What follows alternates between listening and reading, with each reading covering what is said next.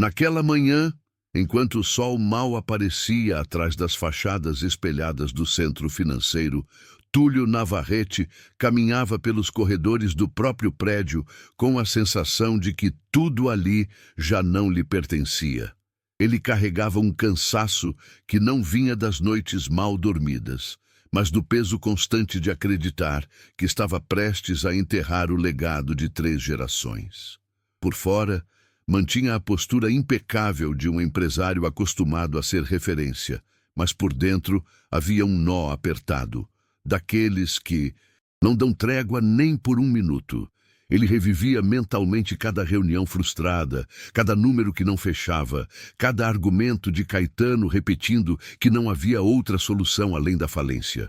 O narrador onisciente sabia, embora Túlio não, que aquele sentimento de derrota não era fruto da incompetência dele, mas de uma manipulação meticulosa que vinha acontecendo há meses.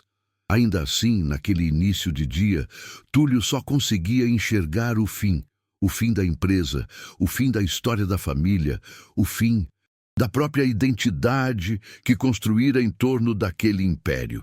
E mesmo sem perceber, esse desespero silencioso o deixava vulnerável o suficiente para acreditar completamente no cenário que lhe haviam pintado. Nos andares inferiores, longe dos tapetes grossos e das paredes revestidas de mármore, Valéria Moura empurrava um carrinho de limpeza enquanto tentava ignorar a dor no corpo e o nervosismo que vinha crescendo a cada atraso de salário. A cada passo, ela pensava em como pagaria o aluguel daquele mês e em como esconder da pequena Clara o medo constante de que tudo desmoronasse. Clara, por sua vez, parecia viver em um mundo próprio, carregando seus gizes com a naturalidade de quem acredita que sempre existe um jeito de deixar as coisas mais bonitas. O narrador via claramente como, mesmo sem entender o peso daquela manhã, a menina percebia a atenção da mãe, respondendo a ela com um comportamento mais quieto, como se intuísse que precisava colaborar.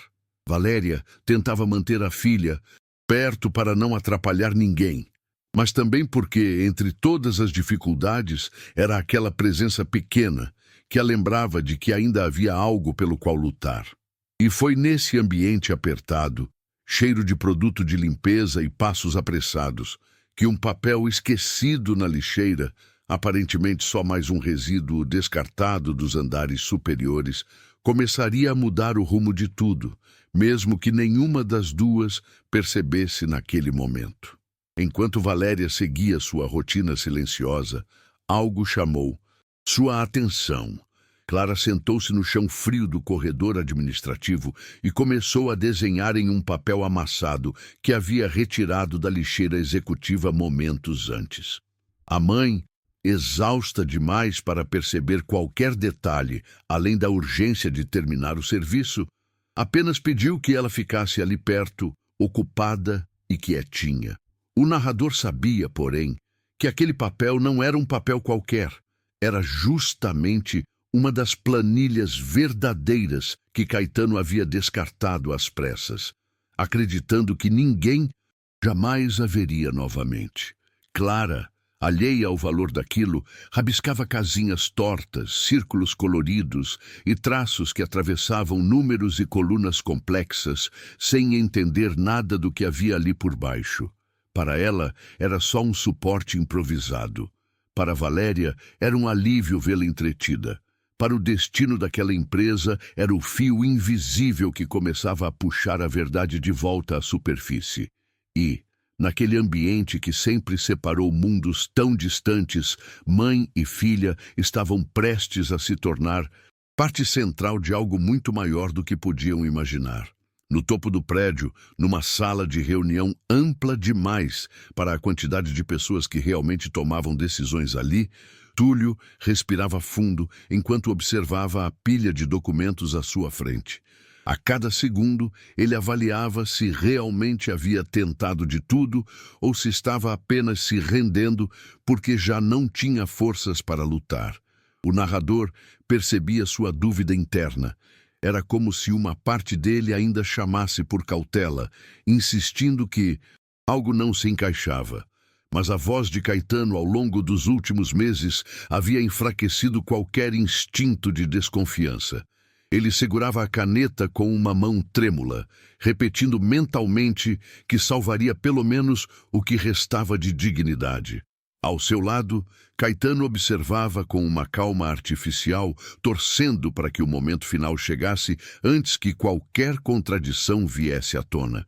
Nada ali indicava que alguma coisa poderia interromper aquele desfecho aparentemente inevitável.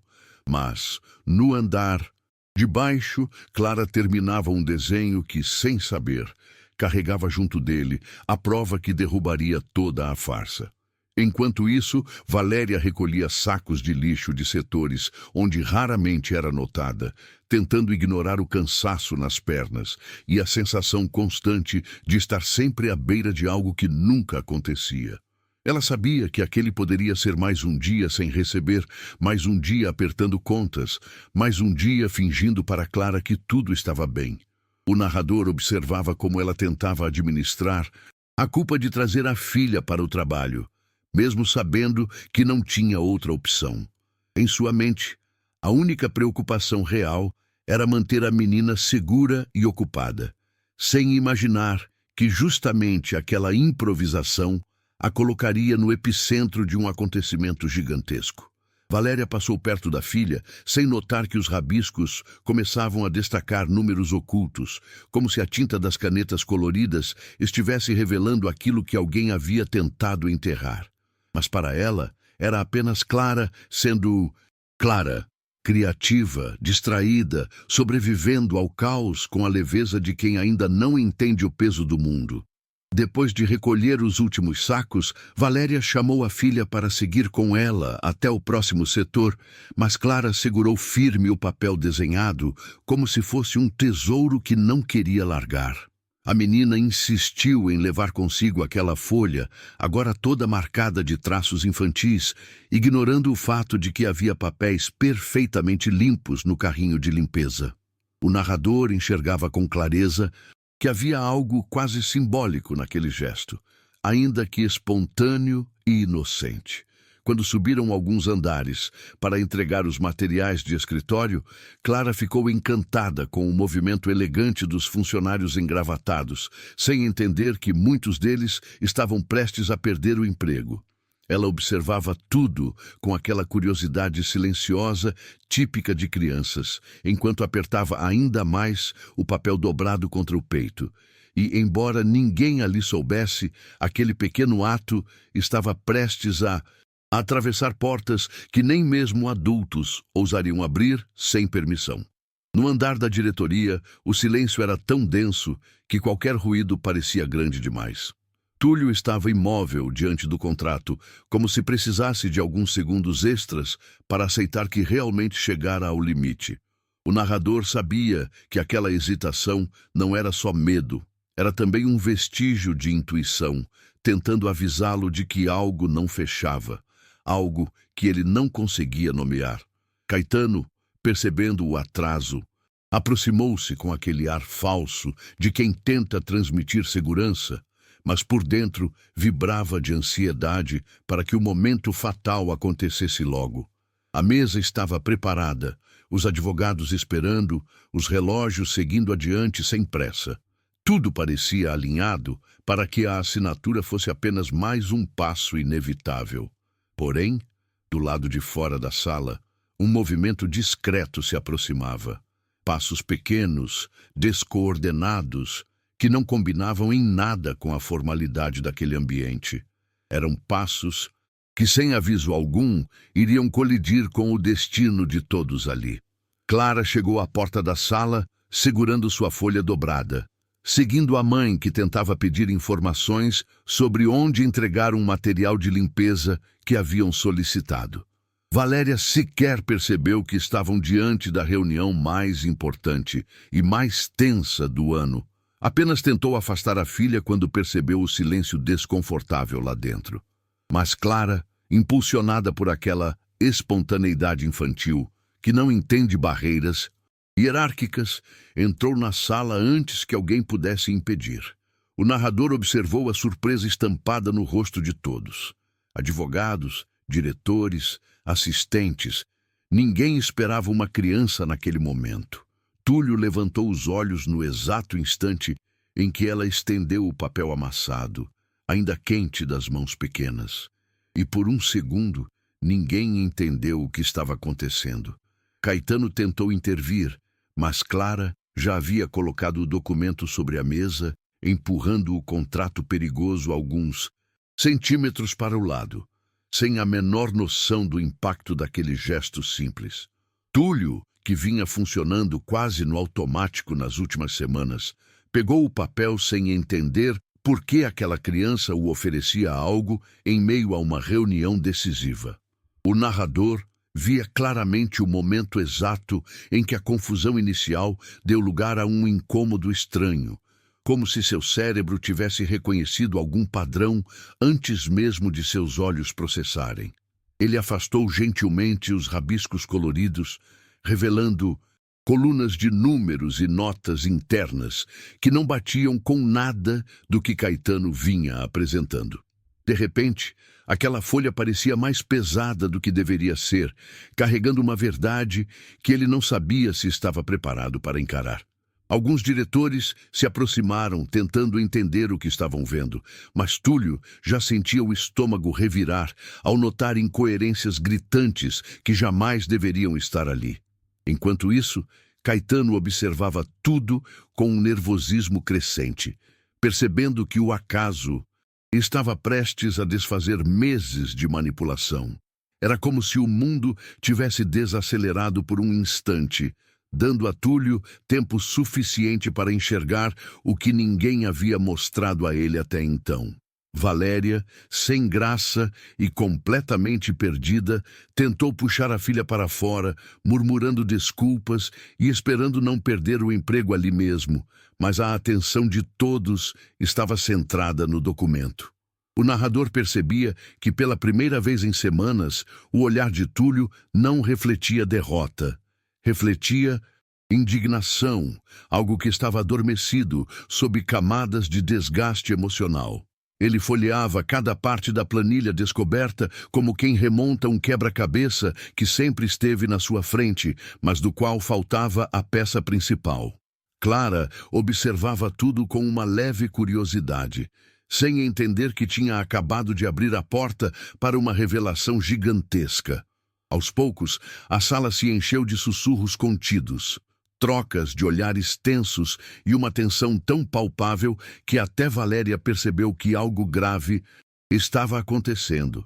Já Caetano, sentindo o chão desaparecer sob os pés, tentava manter a expressão neutra, apesar do pânico evidente em seu corpo.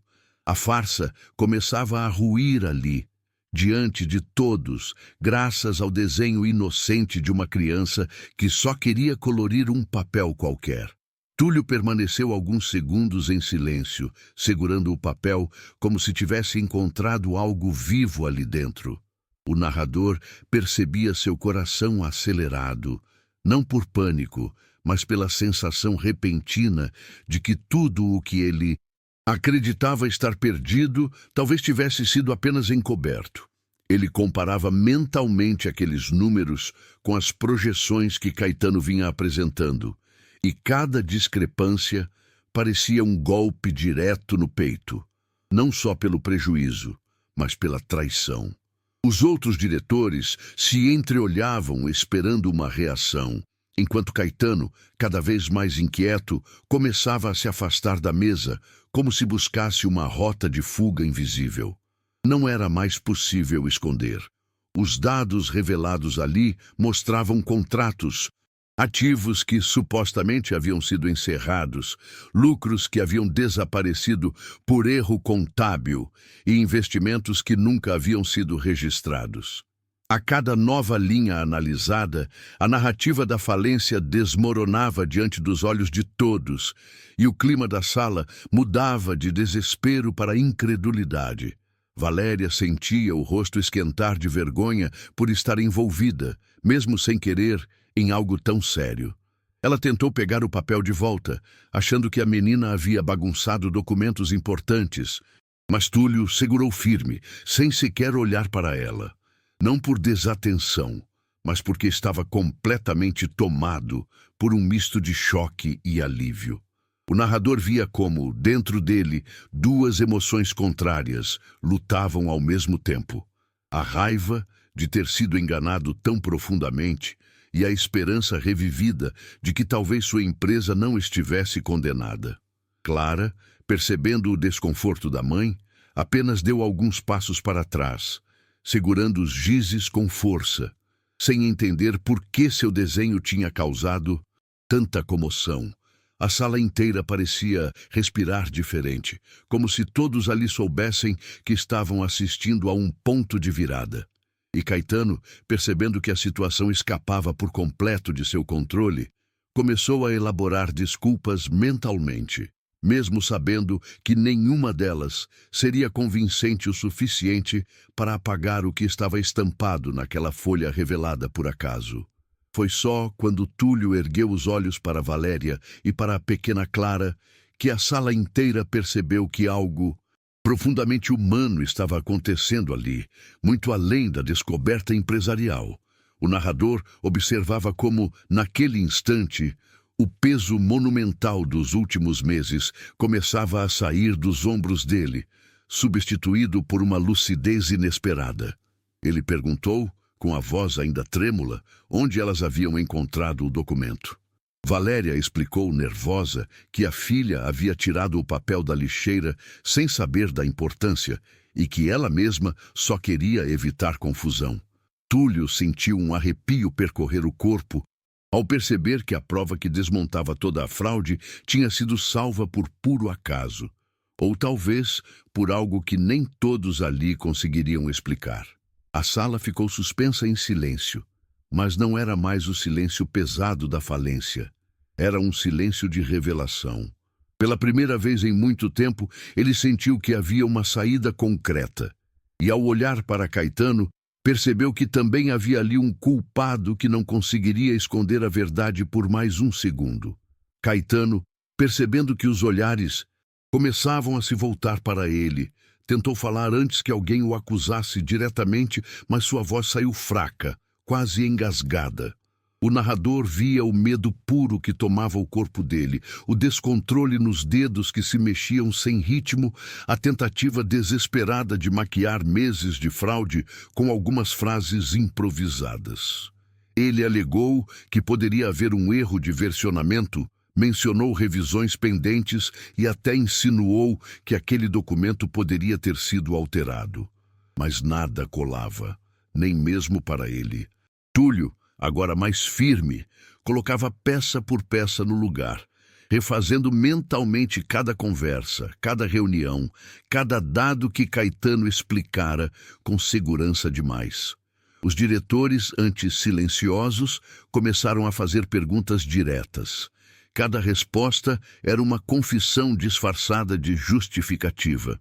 O castelo de mentiras estava caindo e Caetano sabia disso.